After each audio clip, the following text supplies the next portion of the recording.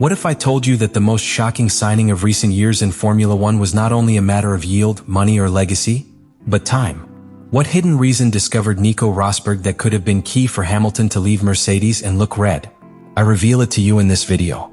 In the history of Formula One, few transfers have generated both media noise and Lewis Hamilton to Ferrari for the 2025 season. Not only for what it represents at the symbolic level, see the seven-time world champion dressed in red, emulating his idol Ayrton Senna and following the steps of legends like Schumacher, but because the change occurs in a very advanced stage of his career, when many withdrawal or, at most, a last testimonial season in Mercedes. But behind this decision, according to Nico Rosberg, a deeply human motive is hidden, almost invisible to the general public, but absolutely decisive: the desire for personal freedom. Or rather, the urgent need to escape an invisible burden that very few consider when they analyze elite pilots: the weight of commercial commitments. Rosberg did not talk about speed or performance, not even legacy. He talked about time. Specifically, of the time that a pilot like Hamilton is obliged to yield to the advertising demands of his team. Mercedes, with a rigid corporate structure and an aggressive brand presence policy, demands up to 60 days a year dedicated exclusively to promotional acts. And it is not just about recording an ad or taking photos with executives. They are whole days that include trips, social commitments, public relations sessions, events with global sponsors, interviews, and even technical releases with specialized means. Rosberg describes it as a really painful load, and if someone can attest to it, it is him. He shared team with Hamilton during the most demanding era of modern Mercedes. Both were not only high-performance athletes, but commercial assets that should always be available. Always smiling. Always prepared to embody the image of a premium brand that sells billions in automotive technology. But everything has a cost. And that cost is time, energy, focus, mental health. Now let's put that in context. Lewis Hamilton is 40 years old. He has more than 20 seasons in Formula One, a category in which on weekends they are already a logistics and physical torture. Fly dozens of times a year. Prepare for endless technical sessions. Maintain an impeccable physique.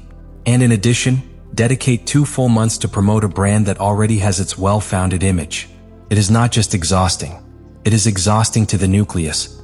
That's where Ferrari enters. A team whose brand value is so iconic, so global, so naturally powerful, that it does not need to exploit its pilots as constant marketing tools. According to Rosberg, during his stage in Ferrari, Sebastian Vettel completed only 10 days of promotional commitments a year. The difference is brutal. 80% less interruptions.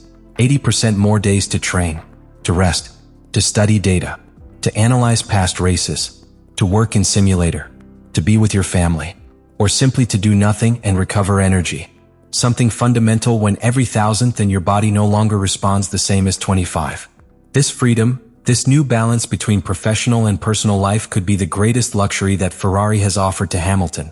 Because while many saw him as a marketing movement, a romantic bet, or even a golden farewell, the truth is that Hamilton has perhaps signed the smarter contract of his career.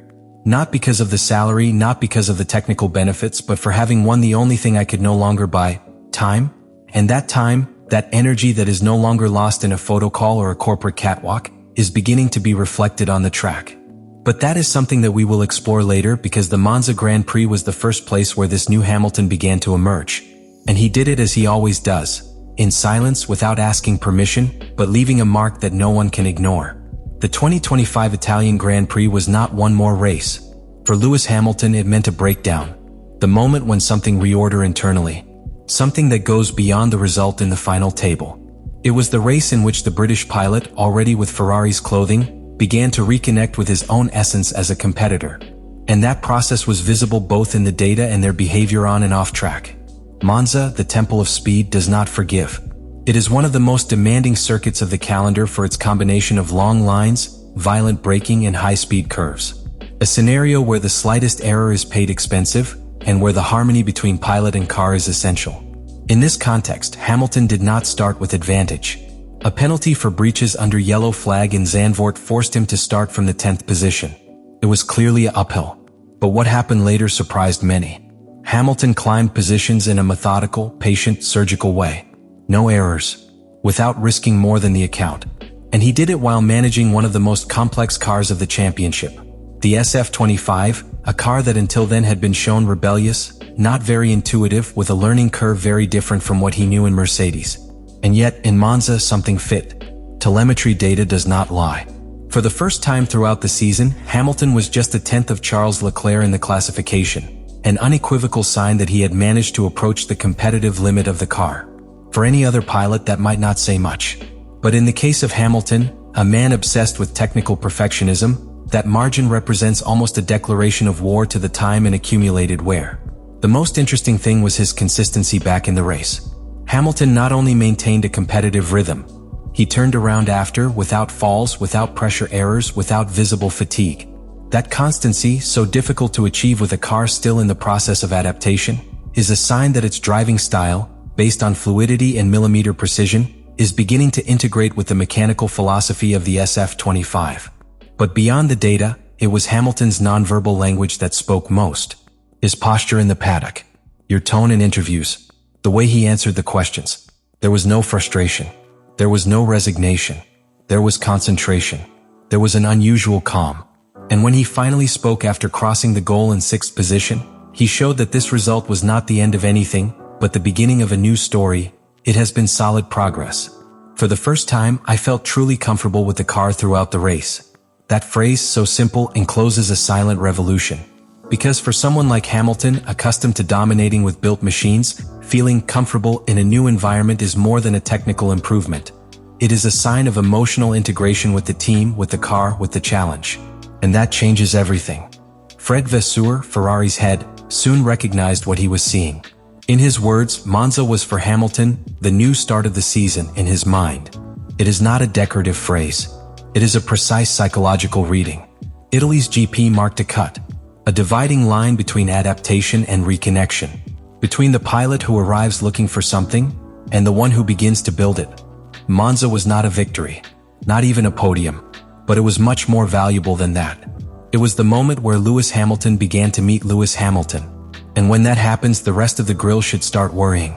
Because history has taught us that when the British finds harmony between body, mind, and machine, the impossible ceases to be. Hamilton has said it bluntly. He still feels he drives with an alien style. The expression may seem dramatic, but contains a powerful technical truth.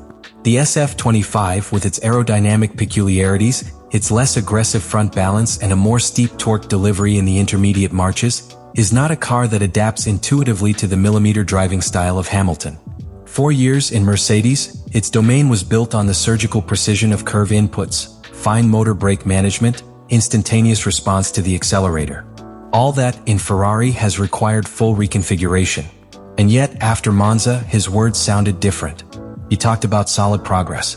He said he felt really happy with the car. Phrases that, coming from Hamilton, are not diplomacy. They are clues. Signs that your trust is beginning to bloom in unknown territory. The relationship between a pilot and his car is not immediate. It is like a new language that must be learned from silence, from feedback with engineers, from small track gestures that no data can explain. And now, in Ferrari, Hamilton is finding that voice again. He is no longer the man who landed in Maranello with the aura of a multiple champion.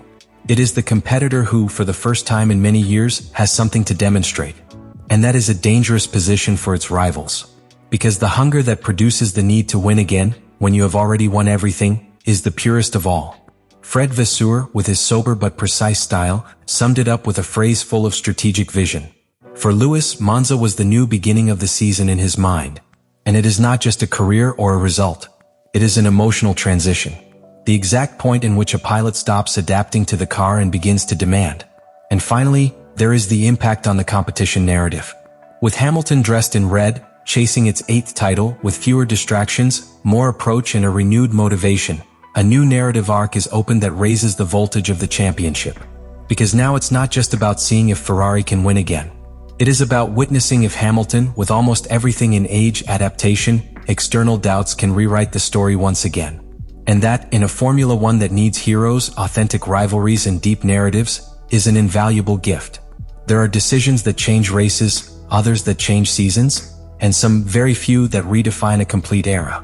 Lewis Hamilton's movement to Ferrari at first could seem one of those media plays, a poetic way of closing its history in Formula One. But what we have discovered through the words of Nico Rosberg, and what already begins to glimpse on track, points to something much deeper.